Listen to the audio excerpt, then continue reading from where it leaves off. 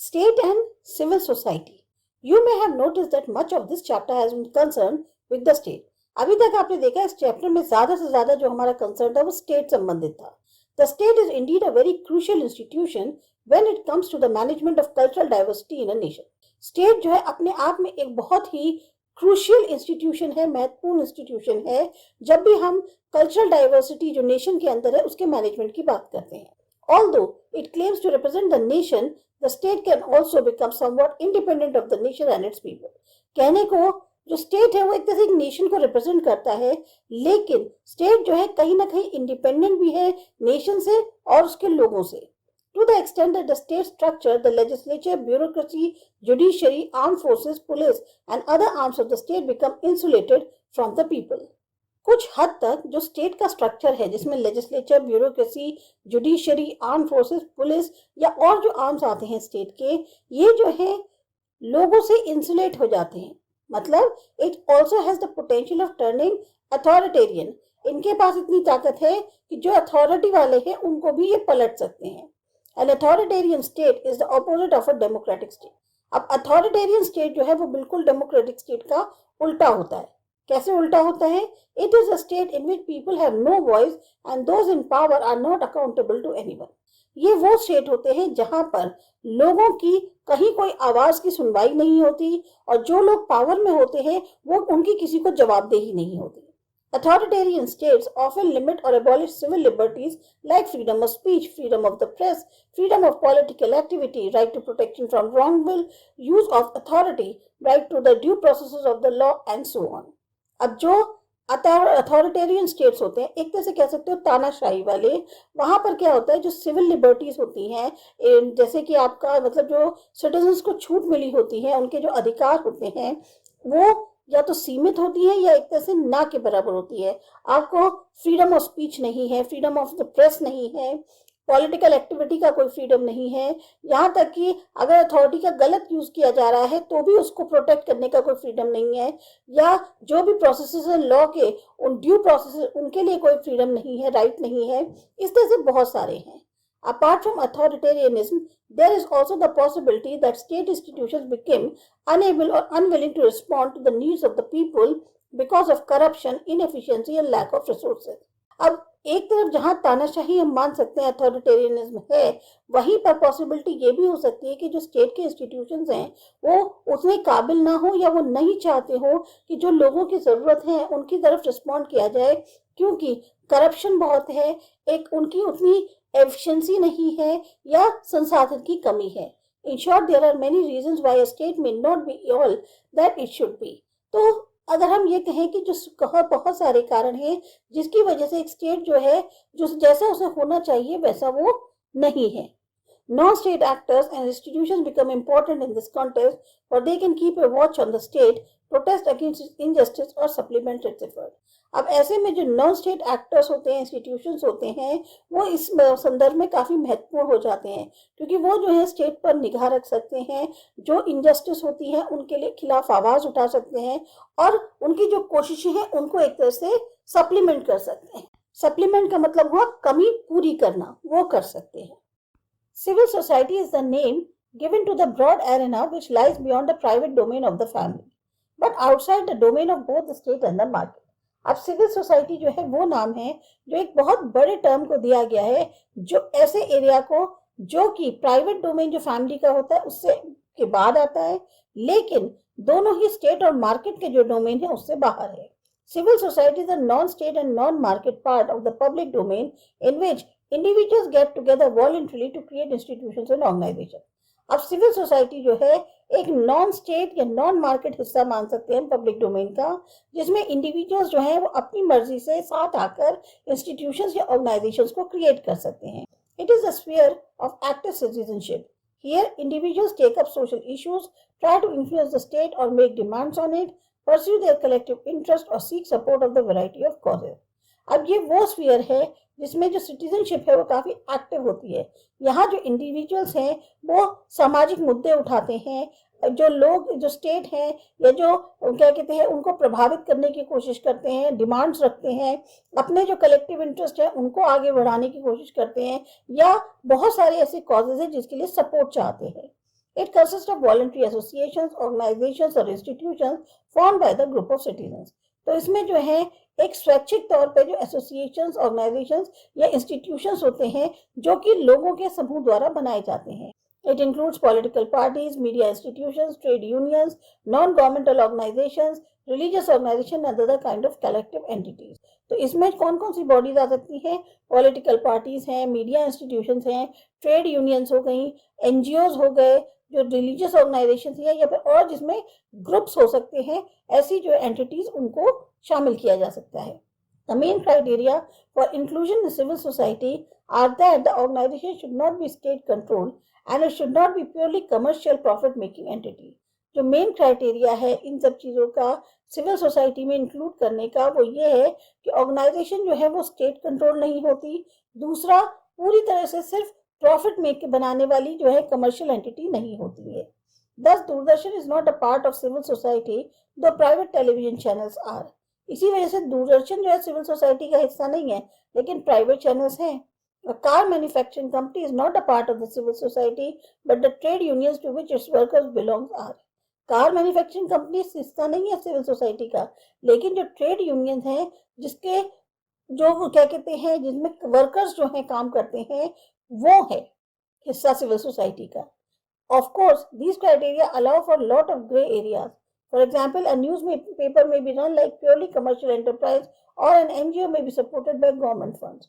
अब इसमें भी जो है कुछ खामियां हैं, जैसे कि अब एक न्यूज़पेपर है वो पूरी तरह से कमर्शियल एंटरप्राइज के तौर पे काम कर सकता है, वहीं पर एनजीओ जो है उसको गवर्नमेंट फंड्स मिल सकते हैं जिससे उसको सपोर्ट होता है. The Indian people had a brief experience of authoritarian rule during the emergency enforced between June 1975 and January 1977. जो भारत के लोग हैं उनको एक बहुत कहने को छोटा लेकिन एक्सपीरियंस रहा अथॉरिटेरियन रूल का, यानी एक तरह से तानाशाही टाइप की हो गई. इमरजेंसी लग गई थी जब जून 1975 और जनवरी 1977 में. Parliament was suspended and new laws were made directly by the government. Parliament suspend कर दिया गया था, संसद भंग कर दी गई थी और जो नए लॉज थे वो सीधे गवर्नमेंट के द्वारा ही बनाए जा रहे थे. Civil liberties were revoked and a large number of politically active people were arrested and jailed without trial. जो लोगों की सिविल लिबर्टीज होती हैं वो बंद कर दी गई थी, छूट रोक दी गई थी और बहुत सारे जो पॉलिटिकली एक्टिव लोग थे उनको अरेस्ट किया जा रहा था और जेल में भरा जा रहा था बिना किसी ट्रायल के. Censorship was imposed on the media and government officials could be dismissed without normal procedures. Media पर सेंसरशिप लगा दी गई थी, गवर्नमेंट के ऑफिशियल्स जो है बिना नॉर्मल प्रोसीजर के कभी भी डिसमिस किए जा सकते थे. The government caused lower level officials to implement the program and produce instant results. Government जो है एक तरह से थ्रेटन कर रही थी लोअर लेवल ऑफिशियल्स को कि उनके प्रोग्राम्स को लागू किया जाए और फॉरन रिजल्ट्स जो है उसके वो उत्पन्न कराए जाए. The most notorious was the forced sterilization campaign in which the large numbers died due to surgical complications.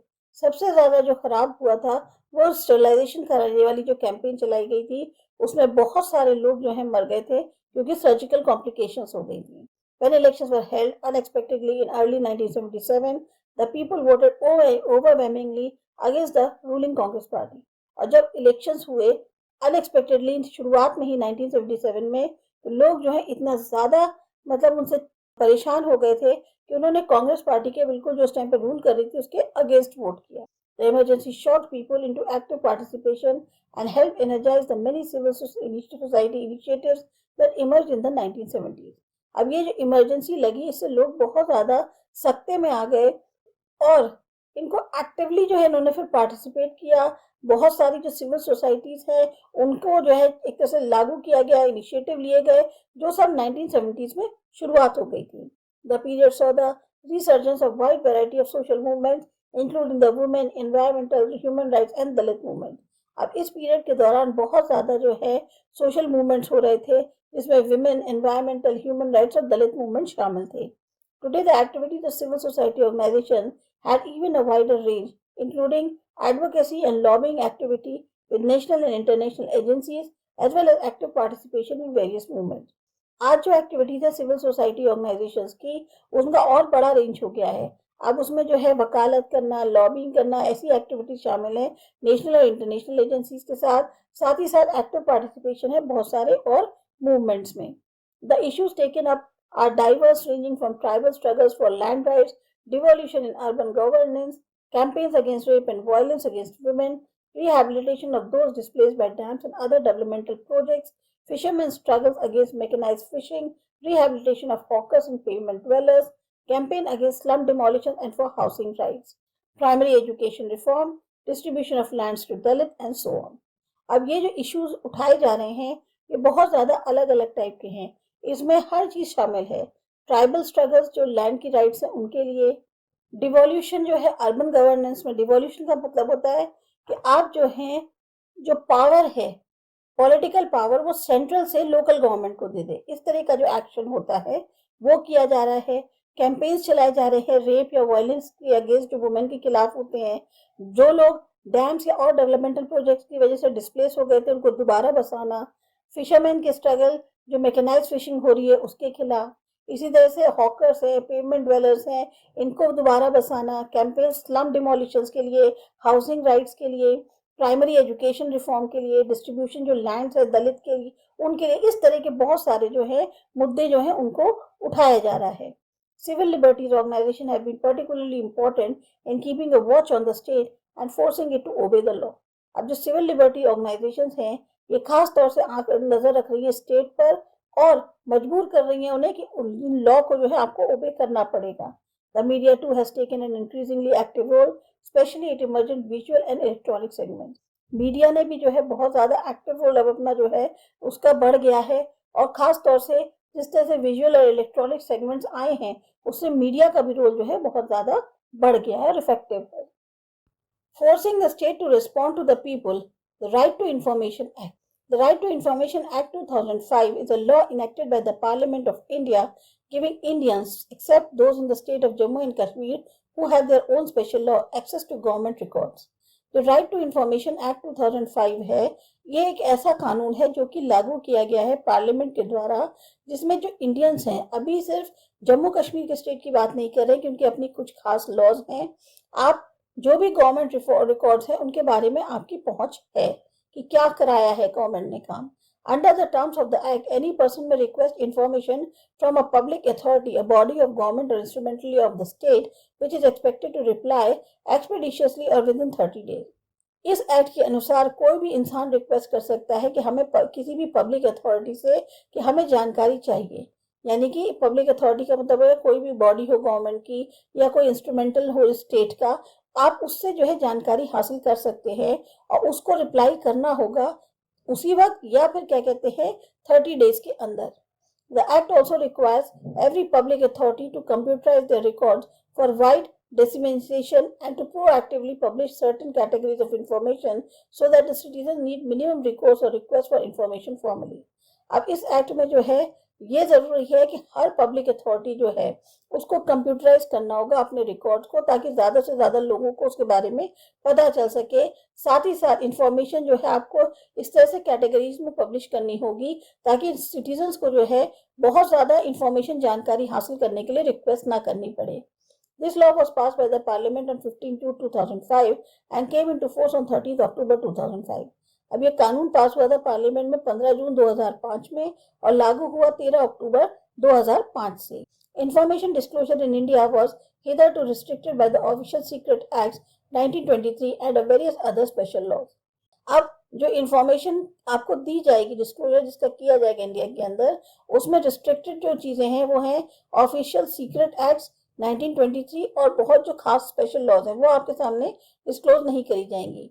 विच ना द न्यू आरटीआई एक्ट ना ओवरराइड, अब जो नया आरटीआई एक्ट है उसने इसको ओवरराइड कर दिया है।